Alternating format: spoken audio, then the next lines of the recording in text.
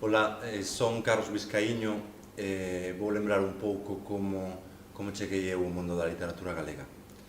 Ben, eu son un neofalante, nado nun contexto completamente diglóxico en que os adultos se relacionaban en lingua galega, a maior parte deles, porén, os miúdos falábaselles en español, de tal maneira que ao meu redor sempre había unha lingua na que eu realmente non era competente. Isto mudou na miña adolescencia cando cheguei para facer o bacharelato a un instituto na Coruña, o Instituto Agra do Orzán. E ali entrei en contacto cun magnífico grupo de profesores.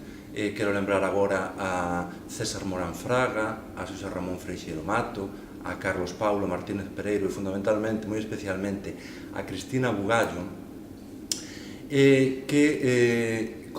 a través dos que accedín a un outro mundo diferente e que me presentaron, que me permitiron coñecer tres factores. O primeiro eran as raíces, uns alicerces que me colocaban no mundo, uns atributos fundamentalmente a lingua que explicaban quen eu era e de onde era.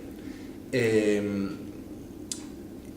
non só este primeiro atributo, senón toda a cultura que se desenvolvera na lingua galega. A literatura, os clásicos, lembro a fascinación por Rosalía, polo mundo de Cunqueiro, mas tamén os contemporáneos, Carballo Calero, Pilar Pallarés e outros. Tive a oportunidade de aprender a través destas persoas que non estábamos condenados a vivir na periferia da periferia a nivel cultural. Había unha cultura que teimaba en nos absorber e ao mesmo tempo nos colocaba nas marxes desa cultura. Podíamos colocarnos onde realmente debíamos estar a partir da nosa lingua. Ela proporcionábanos unha centralidade na produción cultural que para un adolescente era absolutamente fascinante, porque ademais ao meu redor había auténticos fervedoiros culturais, auténticas oportunidades en que participar activamente nesa creación cultural. Estou a pensar en iniciativas como a revista Luces, o grupo de Amor e Desamor, que viñan sendo os meus veciños da cidade, as persoas accesíveis que eu podía coñecer, ou a fascinante para mí naquela altura sala de teatro Luis Sebane.